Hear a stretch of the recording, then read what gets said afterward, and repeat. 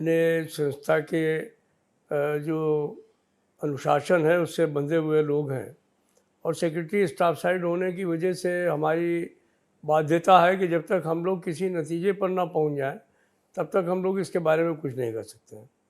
हमें खुशी है कि कल स्टाफ साइड जेसीएम के सभी साथी, जिसमें कि रेलवे के 2 बड़े फेडरेशन एआरएफ एंड एफआईआर भी शामिल थे, जिसमें हमारे डिफेंस के एआईडीएफ, एनडीडब्ल्यूएफ और बीपीएमएस भी शामिल रहा, जिसमें कन्फेडरेशन के लोग शामिल रहे, इनकम टैक्स के लोग शामिल रहे, ऑडिट और अकाउंट्स के लोग शामिल रहे, हमारे जो सुपरवाइजर्स को डील करते हैं डिफेंस में सिड्रा के लोग, वो लोग भी शामिल रहे।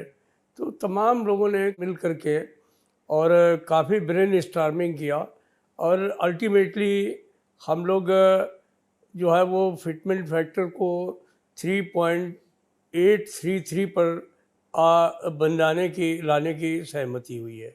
और ये 3.833 की जो सहमति बनी है उसके लिए जो बेसिक सिद्धांत हम लोगों ने लिया है वो 5 यूनिट का लेने का काम किया है।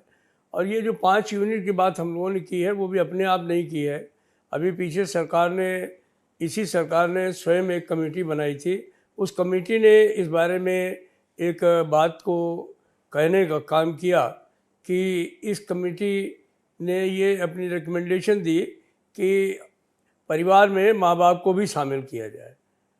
तो जो एक पहले से ये डॉक्टर आर्कराइट के बाद में दिमाग में लोगों की बात बन गई थी कि नहीं, सिर्फ मियाँ बीवी और 2 बच्चे ही उसमें शामिल होंगे, तो उसमें इस बात को सरकार की कमेटी की रिपोर्ट के चलते ये जो है वो एक मान्यता मिली है कि नहीं, इसमें माँ बाप को शामिल करना चाहिए और 1 यूनिट उनका भी शामिल होगा।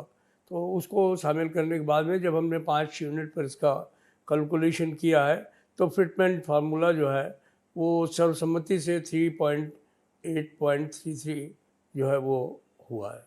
आपकी तो इस पे सर्वसम्मति हो गई, लेकिन क्या आयोग के पास जब ये फॉर्मूला जाएगा जो आपने बनाया है, कर्मचारी यूनियन से बात करके बनाया है, आपको लगता है ये ग्राउंड पर उतना फीजिबल है? क्योंकि मेरे लिए ये चौंका देने वाली बात है कि 3.833 के फिटमेंट फैक्टर की मांग आपकी तरफ से जा रही है। सरकारी कर्मचारी और पेंशनर्स के लिए तो बहुत अच्छा होगा अगर वाकई इसका इम्प्लीमेंटेशन हो जाता है, ये रिकमेंडेशन एक्सेप्ट हो जाती है। फीजिबल है ये? देखिए, बात यह है फिजिबिलिटी की। जब हम किसी चीज़ की मांग कर रहे हैं तो ये सोच करके कर रहे हैं कि जो हम मांग कर रहे हैं वो बिल्कुल एक सैद्धांतिक आधार पर कर रहे हैं, और जो मांग कर रहे हैं वो ऐसी मांग नहीं कर रहे हैं कि जिससे कि बहुत ज़्यादा जो है वो सरकार के ऊपर कोई बोझ भी पड़ने की बात होने वाली हो। तो लेकिन अब सरकारी कर्मचारियों का 10 साल में एक बार वेतन बढ़ाना है और फिर उसमें भी कोई कंजूसी की जाए और फिर हम मांग करने में कंजूसी करें, तो ये तो जेसीएम के लिए बहुत ख़राब बात होगी।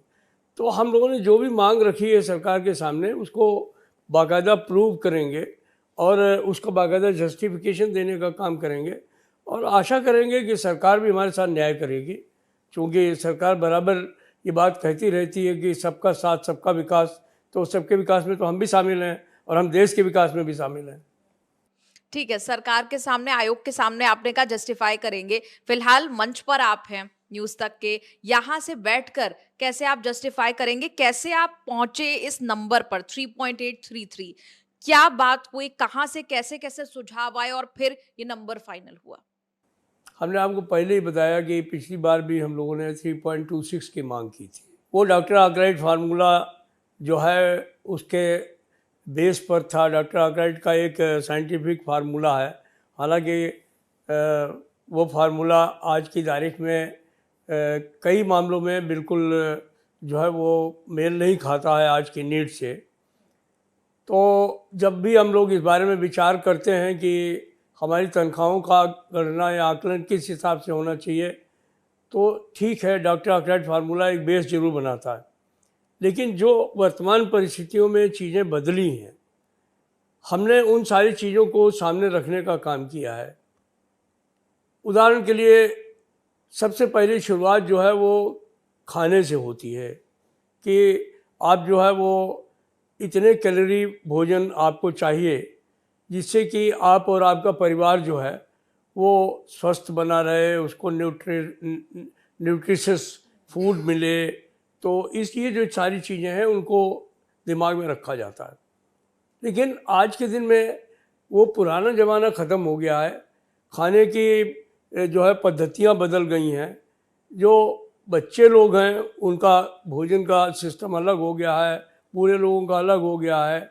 और जो आज लोग खाने में जो पहले ज़माने में लोग इस्तेमाल करते थे कि हमको सिर्फ रोटी दाल चावल से काम चल जाएगा, वो नहीं चलता है, सब्जी से काम चल जाएगा।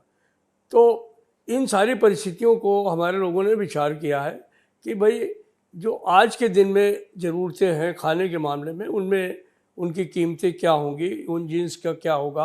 और इसके लिए तमाम देश भर में हम लोगों ने सर्वे किया है। तमाम खाली शहरों में ही नहीं किया, मेट्रोपॉलिटन सिटीज़ में ही नहीं किया है। हमारे बहुत सारे लोग गांव में भी हैं, छोटे टाउनशिप में भी हैं। वहाँ की मार्केट से भी हम लोगों ने जो है वो भाव लिए हैं। और उन सबको लेने के बाद में एक ये सारी चीज़ों पर की गणना की है कि हमारे खाने में हमारी क्या नीड्स होंगी।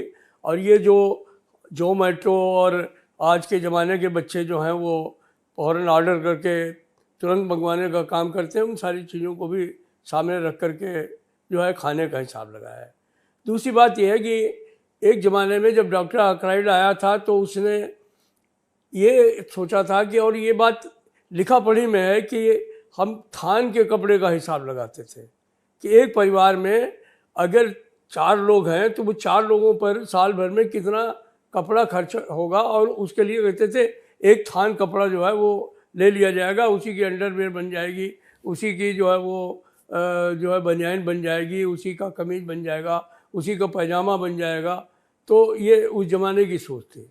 आज का ज़माना बदल गया है, हर आदमी को ब्रांडेड चीज़ चाहिए। तो हमने उन ब्रांड्स की भी जो कीमतें हैं उनको सामने रखा है और उनको रखने के बाद में इसमें उसकी गणना करने का काम किया है। फिर रहने का सवाल है। आज के दिन में लोग एक स्टैंडर्ड के साथ में रहना चाहते हैं। तो हम ये भी चाहते हैं कि हमारे जो कर्मचारी हैं वो और उनका परिवार भी एक इस तरीके से रहे ताकि उनको लगे कि हाँ, हम समाज में इज्जत के साथ में, सम्मान के साथ में रहने का काम कर रहे हैं। अगर हम उस मॉडर्न सोसाइटी में रहने का काम करेंगे तो वहाँ पर हमारी क्या ज़रूरतें हैं, हमने इसको भी जो है वो साथ में रखने का काम किया है। आज ट्रांसपोर्ट के मामले में भी चीज़ें बदल गई हैं। पहले ज़माने में लोग पैदल चले जाते थे, साइकिल से चले जाते थे, आज वो चीज़ें नहीं हैं। हर आदमी चाहता है कि हमारे पास भी एक 4 पहिया वाहन हो। तो उसके लिए क्या करना पड़ेगा, हमने उसको भी ध्यान रखने का काम किया है। आज के ज़माने में मोबाइल और मोबाइल डाटा की भी बहुत ज़रूरत है, तो उसमें भी क्या खर्चा आता है, तो हमने उन चीज़ों को भी ध्यान में रखने का काम किया है। मतलब मोटे तौर पे मैं आपको बताऊं कि जो चीज़ें एक नॉर्मल कर्मचारी को या नॉर्मल सिटीजन को आवश्यक हैं उसके जीवन में, हमने उन सारी चीज़ों को रख करके इस फार्मूलों को बनाने का प्रयास किया है। और जब हमने 5 यूनिट्स के गणना की है उसकी, तो 3.833 का जो गणना है वो बिल्कुल साइंटिफिक है और उसको हम लोग ने जो है वो भी देने का प्रयास किया है। लेकिन लोग ये भी तो कह सकते हैं ना कि ये तो सिर्फ एक सपने जैसा है, सपना सच हो जाए वैसा है।